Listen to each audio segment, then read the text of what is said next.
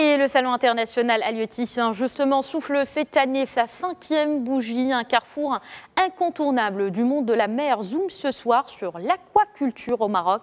Pour en parler, j'ai le plaisir d'accueillir en duplex depuis Agadir, Mstafa Amzour. Vous êtes chef du département de la promotion et de l'investissement de l'Agence nationale de développement de l'aquaculture. Bonsoir et merci d'avoir répondu à l'invitation de Média TV.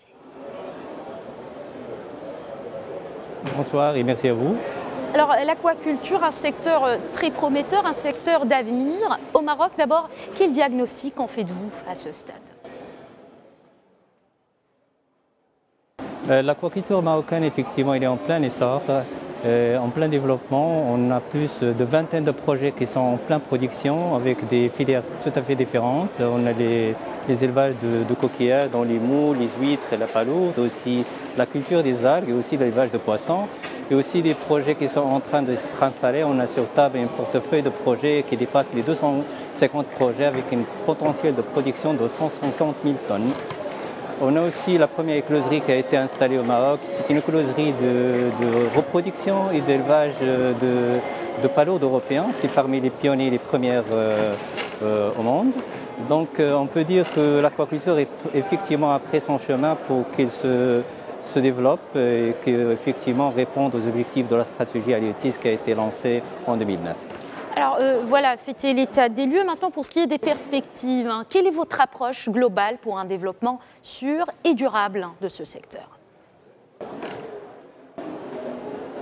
Effectivement, avec la stratégie halieutique, l'État marocain a créé une agence qui est dédiée à l'activité aquacole, le développement de l'aquaculture marine.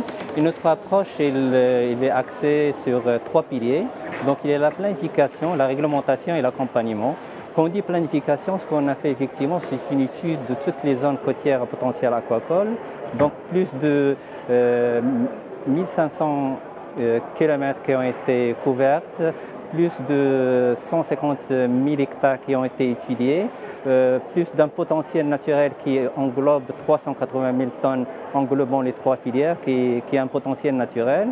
Juste après la planification, on lance des appels en station d'intérêt qu'on appelle les investisseurs nationaux et étrangers à investir dans ces secteurs. Et aussi, il y a une partie qui est dédiée à la population des jeunes entrepreneurs et aussi à la coopérative. Donc, en termes de planification, ça nous permet effectivement d'identifier les sites qui sont potentiellement de point de vue naturel et aussi par rapport à quelle espèce et aussi par rapport à quelle technologie. Ce sont des études qui durent presque 2 ans. On a 5 plans d'aménagement qui sont achevés, dont 2 en Méditerranée et le reste en Atlantique. Donc, on a couvert toute la côte méditerranéenne et en grande partie la côte atlantique. Donc les premiers projets qui sont fruits de ces plans d'aménagement aquacole sont en cours d'installation. Dans l'aspect réglementation, il y a aussi un travail de fond qui est fait pour harmoniser la réglementation, qui soit une réglementation qui est dédiée à l'activité aquacole marine, effectivement, dont l'objectif bien sûr est d'assurer un investissement fluide et aussi avoir une protection de l'investissement et aussi une simplification des procédures administratives.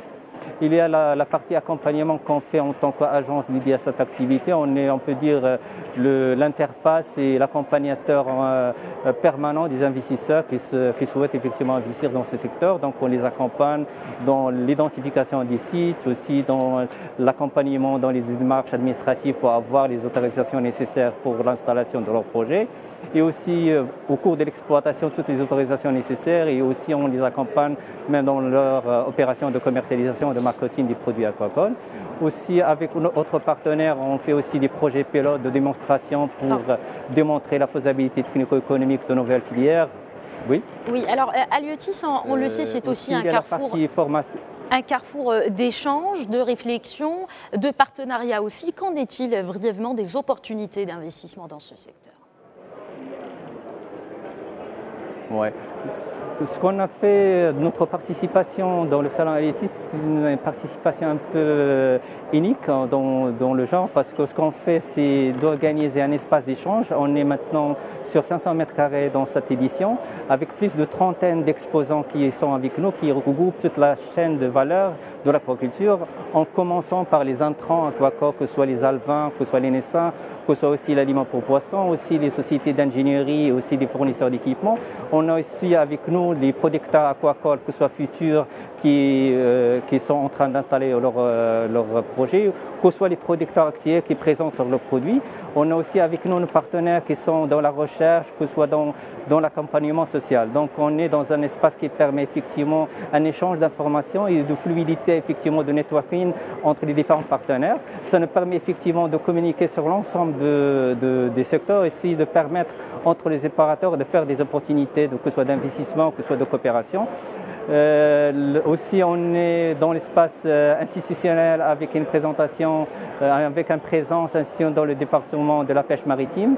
Donc aussi notre participation elle est aussi avec l'organisation d'ateliers, avec les professionnels. Aussi, on a des partenaires espagnols qu'on a invités qui présentent leur savoir-faire pour effectivement transfert de technologie, transfert de toutes les bonnes pratiques aquacoles aux opérateurs marocains. Merci beaucoup Moustapha Amzour, chef du département de la promotion et de l'investissement de l'Agence nationale de développement de l'aquaculture.